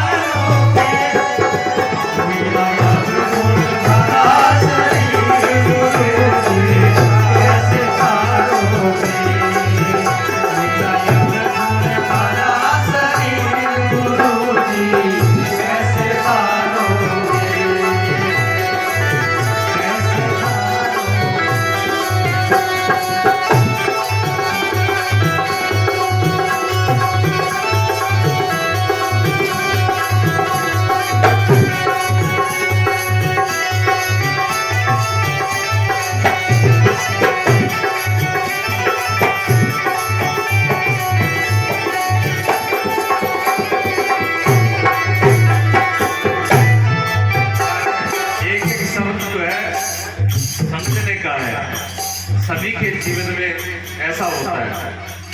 ये नहीं कि माता सबरी के ही जीवन में था, हमारे जीवन में भी पाप करता हंसे ये मन। जब पाप करता है तो कितना प्रसन्न होता है, पाप के रास्ते में इसको कितनी खुशी है। जब किसी की निंदा करता है, बुराई करता है, चोरी करता है, बुरे रास्ते में जाता है तो मन में बनी है रोना उठता है। ऐसी भजन में कभी जैसी बुराई में रोन उठती है, ऐसी अगर जाप में और राम के नाम में उठ जाए तो फिर पूछना ही क्या है। जाप करता रोवे सारा ऋषि मुनि महात्मा संत सब कहते हैं राम राम बोलो, राम राम करो, जाप करो, सुमरण करो। ना जी, मन लग गई मन उधर जाता ही नहीं है और गलत रास्ते में कोई नहीं कहता भी जाओ तब भी चला जाता है। ऐसी समस्या है। कोई सबरी कह रही है भोग रोग में निस दिन जागे। भोग और रोग आदमी किस में रखता है? जा तो भोग में, भोगों में जागता है और जा फिर इतना रोगी हो जाए कि हाय तोबा रात को करता है तब जागता है। कथा कीर्तन सोवे, कथा में कीर्तन में राम के नाम में नींद आती है, उसमें नींद आती है और बुराई में नींद नहीं आती। राम के नाम से कितना ये घबराता है, दूर है और राम के नाम में ही जीवन है। एक बार भीड़ जा रही थी, भीड़ जा रही थी और भीड़ के अंदर सारे राम का नाम लेते हुए जा रहे थे, एक ही बोल रहे थे राम नाम सत्य है, राम नाम सत्य है। पूरी भीड़ में ऐसा बोलते हुए जा रहे थे। वहीं से भगवान शिव निकल रहे थे और भगवान शिव को बड़ा प्यारा ये नाम, भगवान शिव बड़ा खुश हो गया। बड़ी क्या भी नाम का लोग तो बड़ा ही अच्छा है, राम वो नाम लेने लग गया पूरा का पूरा और एक ही बात कह लगे राम नाम सत्य, राम का नाम ही सत्य है, बाकी सारा झूठ है। और यही बात भगवान शिव माता पार्वती को समझाते हैं, सबको समझाते हैं। उमा कहूँ मैं अनुभव अपना, सत्य है जगत सब सपना, सारा कुछ सपना सत्य तो एक ही है, एक परमात्मा उसका नाम है। तो शिव जी कहने लगा भी बहुत बड़ा भक्त है। शिव जी की राम नाम की ध्वनि सुन करके शिव जी भी उनके पीछे पीछे हो लेते हैं, भेष बदला हुआ है और पीछे पीछे जा रहे हैं तो देखे वो भीड़ कहाँ जा रही है। उन्होंने देखा बहुत कोई अच्छी जगह पर जा रही होगी, पर भीड़ पहुंची कहाँ पर? शमशान भूमि। शमशान भूमि में भीड़ पहुंचती है, राम नाम सबकी धुन चल रही है और मुर्दा साथ में है और मुर्दे को आग लगा दी है मुर्दे को फूंक करके और भीड़ वापस लौटती है और वही बातें, वही घोड़ा, वही मदान, वही चुगली और वही निंदा, वही काम, वही धंधा। भगवान शिव जो है इस बात को देख के बड़े अचंभित हो जाते हैं। भगवान शिव कहते हैं मैं बहुत बड़ा भगत समझ रखा, ये तो राम का नाम का बहुत बड़ा भगत है और ये तो थोड़ी देर में बदल गया, तो रंग बदलता देरी को लगाए, तो फिर मतलब क्यों ये इतनी देर राम को नाम लिया क्या मिया? भगवान शिव विचार करो कि इतनी देर राम का नाम क्यों ले रहे थे? उन्होंने कहा जो ये मुर्दो ले गया नहीं इनका पीछा ले आ गया। तो भगवान शिव जो है भीड़ना तो छोड़ दी और वापस लौट गए शमशान भूमि में और जाकर के मुर्दे को प्रणाम किया। धन्य है तो ये मुर्दा धन्य है जिसने इतने लोगों से राम का नाम जपाया। इन जिंदों से ये मुर्दा ज्यादा भाग्यशाली है। और शिव वही समाधि लगा के बैठ गए। जब वो मुर्दा जल करके ठंडा हो गया तो मुर्दे की राख उठा करके अपने शरीर पर ले ली कि आप इतने भाग्यशाली हो जिससे इतने लोगों ने राम का नाम लिया। तो भगवान मुर्दे राख जो है मुर्दे की भगवान शिव अपने वसन पे लगाते हैं जिसके राम के नाम में इतना है। और ये आदमी इतना डरता है उस तरफ जाने के लिए राम की तरफ।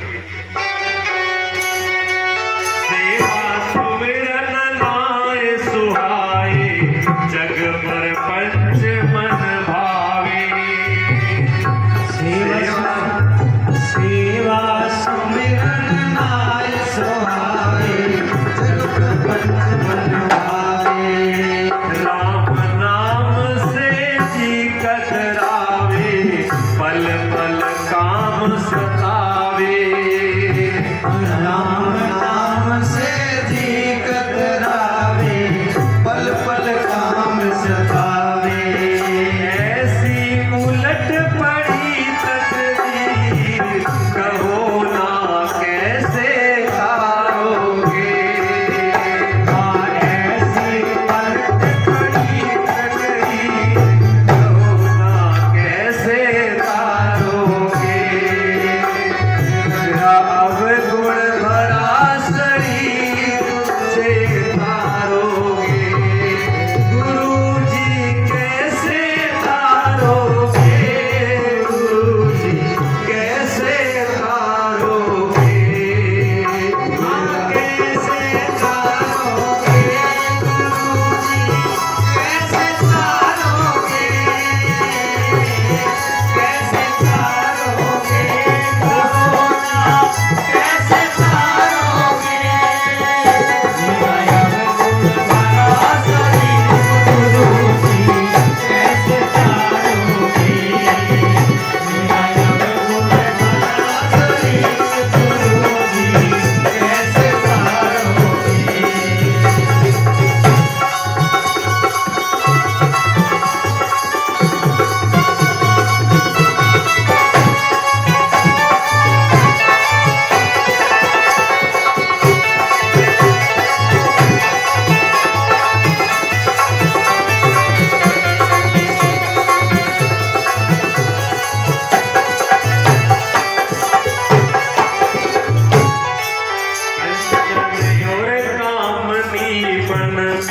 करनी एक करीना, और कामनी मन में कसी करीना। हीरा छोड़ बटोरी खाकर कृष्णा तनिक मरीना। हीरा छोड़ बटोरी खाकर कृष्णा तनिक मरीना। अब तो मोह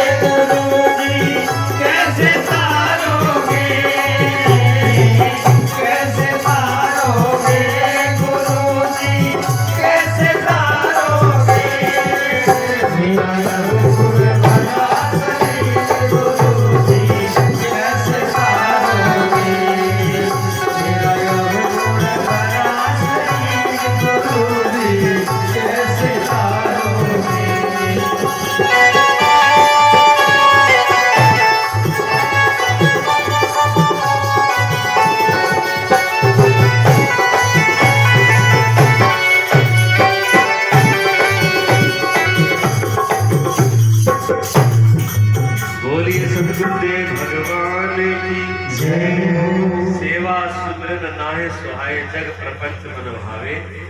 सबरी कह रही है ये मन की आदत इतनी खराब हो गई है कि सेवा और सुमरन तो स्वाता ही नहीं है, ये दुनिया बड़ी अच्छी लग रही है। सबरी का मन की बात करी, आपने भी मन की बात, आपने भी एक हालत आपने भी ऐसी है। राम नाम से जी कतरावे पल पल काम सतावे। राम नाम जी बड़ा कतराता है, राम के नाम से बड़ा भय लगता है। यहाँ लक्ष्मण जी नीचे पहला मेट बिछाई है, फिर ऊपर गद्दा लगाया है कि कहीं बैठने में तकलीफ ना हो। फिर बाद में चाह पानी को प्रबंध करे, कोई किसी भी ना मरे, आज से चाय भी मिले, सारे पंखा भी लगाया है, नेट प्रबंध भी करे है, सारो सुनो प्रबंध करे है, फिर भी कौन सोए। क्यों? काम दिख रहा है ना, काम जिनके मन में भरा हुआ है बैठने नहीं दिया, राम का नाम भी मिल रहा है, सारी व्यवस्था भी है, सारों की सेट कर दी हो, लेकिन जिनके मन में काम भर रहा है उसको ये राम की चर्चा सुहा नहीं सकती, वो राम की चर्चा सुन नहीं सकता, वो उठ करके जाएगा ही जाएगा, उसके बस की बात होगी। ये जीव जन्मों जन्मों से भटका हुआ है, अब कैसे रुकेगा बता। इतनी व्यवस्था के बाद भी हमारा मन राम नाम से जी कतरावे पल पल काम सतावे। सत्संग में चलो के अरे भाई जी के काम पड़े सत्संग के मिलना हूँ काम हुए, सत्संग में तो बुढ़ा बडेरा काम करना भेजे के तो काम पड़े, 100 काम है, 100 धंधा है, अरे इसे में मोटा है बात तो काम है पर अगला सारा मोटा थोड़ी बन जाएगा, ज्ञान में दूसरा नहीं देते। ये मन की दशा है। सबरी कह रही है अपने गुरु जी से, ऐसी उल्ट पड़ी तकदीर, ये तकदीर ऐसी उल्टी चली पड़ी है, कहो ना कैसे तारोगे गुरु जी, ये जीवन कैसे पार होगा। कंचन और कामनी मन में करनी एक करीना, सोना चांदी धन दौलत हाय पैसा हाय पैसा हाय पैसा, पैसा माई बाप है, पैसा ही सब कुछ हो गया, पैसे के पीछे रात दिन भाग रहा है। एक भी करनी जो करनी थी, जो गत में करनी थी वो करनी एक भी नहीं करी, और ऐसे पीछे भाग रहा है। और हीरा कांकड़, हीरा छोड़ कटोरी कंकड़, हीरे तो छोड़ दिया, कंकड़ पत्थर जगा के बेबेड़ा कर दिया जिंदगी में। आपा जो हीरा, जिस हीरे को प्राप्त करना था वो हीरा तो वह सुंदर बनी रही। मीराबाई कहती है मैं पायो जी पायो, राम रतन धन पायो, मैंने राम रतन धन को प्राप्त किया। मीराबाई, कबीर साहब, रैदास जी, वहां बड़े बड़े महापुरुष संत, वो उन्होंने हीरे को पाया है, वो रतन राम नाम का रतन प्राप्त किया। और हम लोग क्या है, ये संसार के भोग विलासों के कंकड़ पत्थर में जीवन व्यतीत कर दिया। सबरी ने प्रार्थना करी है अपने गुरु जी से, मतंग ऋषि जी से, और मतंग ऋषि जी के भी आंखों में आंसू आ गए। मतंग ऋषि भी द्रवित हो गए, हृदय पिघल गया उनका ये दशा देख करके। उसने कहा बेटी चिंता मत करो, तुम आओ, मैं तुम्हें रास्ता बताता हूँ, अब तुम मेरी शरण में हो, चिंता करने की जरूरत नहीं। सबरी को गंगा जल से छिटा दे करके माला पहनाई, तिलक किया, और राम नाम का महामंत्र मतंग जी ने सबरी को दिया। और सबरी को कहा है बेटा इस नाम को जपना, तुझे कहीं भी जाने की जरूरत नहीं है, राम चल करके तेरी कुटिया में आएंगे, राम ही तुम्हारे पास चल करके आएंगे, तुझे कहीं जाने की जरूरत नहीं है। देखो जब गुरु कृपा करता है तो कुछ का कुछ भी हो जाता है, गुरु की कृपा भी ऐसी होती है। और इस जगह तो बड़े आराम से रहो। ऐसा करने के कुछ समय बाद में मतंग ऋषि जी का वैकुंठ जाने की तैयारी हो गई। ऋषि कहते हैं बेटा अब मेरा जाने का टाइम हो गया, और मैं तो अब जाता हूँ परम धाम को, ये शरीर नश्वर है, इस शरीर को छोड़ना है, लेकिन तुम अपने। तो सबरी रो पड़ती है गुरु जी मेरा कोई नहीं इस दुनिया के अंदर, माँ बाप छूट गए, घर परिवार छूट गया, और मैं अकेले सिर्फ आपका ही सहारा, अगर आप छोड़ के जाओगे मेरा क्या होगा। अभी तो भक्ति का बीज बोया ही है, ये बीज पैदा ही नहीं हुआ, ये कब पौधा होगा, कब इस पे फल आएंगे, और उससे पहले पता नहीं क्या क्या संकट और मुसीबत से गुजरना पड़ेगा। फल आ पाएगा कि नहीं आ पाएगा, किसी भरोसा नहीं है। बता कर इसी आशीर्वाद देते हैं, बेटा चिंता मत कर, इस जो बीज बोया है ये वृक्ष भी बनेगा और इस पे फल भी आएगा। तुझे कहीं भी जाने की जरूरत नहीं है, तू इसी आश्रम में रही दे, ये आश्रम ही तेरा है, और यहां बैठ के स्मरण करना, भगवान यही आएंगे। गुरु जी चले जाते हैं, शरीर पूरा हो जाता है। सबरी जो है बिल्कुल सरल सीधे भाग की है, पर सबरी ने एक बात नहीं पूछी गुरु जी से, फिर राम जी तो आएगा पर आएगा तरीक बार डेढ़ तो कुछ ही नहीं, तो गुरु जी ने बोल दिया राम जी यही आएंगे, सरल से राम मान लिया, राम जी आएंगे। अब जब गुरु जी ने कहा राम जी आएंगे, तो अभी भी आ सकते हैं, थोड़ी देर में भी आ सकते हैं, रात को भी आ सकते हैं, कल भी आ सकते हैं, राम जी तो कभी भी आ सकते हैं, तो फिर तो तैयारी तो चाहिए, तैयारी तो कुछ भी नहीं है। अब सबरी जो है खड़ी हुई है और तैयारी की है, सबसे पहले कुटिया को सजाने लगी है, भारी सफाई करी है, जो जहां पवित्रता होती है, सफाई होती है, भगवान का वास होता है। घर को, मकान को, कपड़े को, चाहे कपड़ा कम कीमत का हो, ज्यादा 5000 मीटर हो ना हो, 200 मीटर वाला भले 50-60 रुपए मीटर वाला भी हो, लेकिन साफ सुथरा होना चाहिए।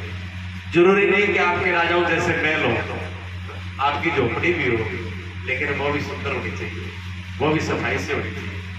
जो कुछ परमात्मा ने आपको देना है वो शुद्धता होना चाहिए, हर चीज में शुद्धता होनी चाहिए, शरीर भी शुद्ध, कपड़े भी शुद्ध, घर मकान भी शुद्ध और मन भी शुद्ध, सारी चीजें शुद्ध होनी चाहिए।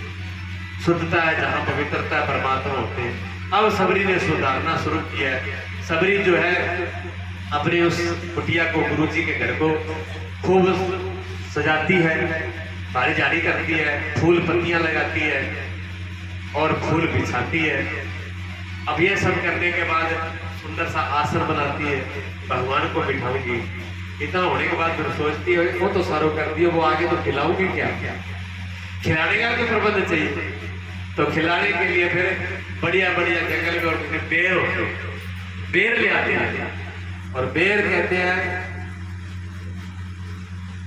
पुराण में जो भक्त पाल पुराण है, शास्त्र है जो नाभाजी का लिखा हुआ है, उन्होंने लिखा है कि बेर जब जाती है तो सबरी चाह करके जाती है, मीठे खट्टे ना हो, कच्चे ना हो, तो चाक के मीठे मीठे बेर लेके आती है। भाव शुद्ध देखो, अब ये पता नहीं आता जूठा क्या होता है, शुद्ध क्या होता है, खाने से क्या हो जाता है, ये ज्ञान ही नहीं है। वो तो एक ही भाव है कि मेरे प्रभु को कहीं खट्टा नहीं लग जाए, कच्चा नहीं लग जाए, मीठा होना चाहिए, बस भाव एक है। और रोज लेकर के आती है, रोज इंतजार करती है, रोज लेकर के आती है। आज प्रभु नहीं आए तो कल आएंगे, फिर कल सजाती है, कोई फूल, कोई पत्तियां, कोई फल, फिर इंतजार करती है, आज प्रभु नहीं आए फिर आएंगे, कल आएंगे। गुरु जी की वाणी व्यर्थ नहीं जाएगी, गुरु जी की बात असत्य नहीं हो सकती, आएंगे जरूर। और ऐसे जो है सबरी बहुत इंतजार करती है और राम का स्मरण करती है, रामा रामा रटते रटते बीते रहे। सबरी की ऐसे उम्र राम का स्मरण करते हुए जाती है। बोले श्री रामचंद्र भगवान की, माता सबरी की।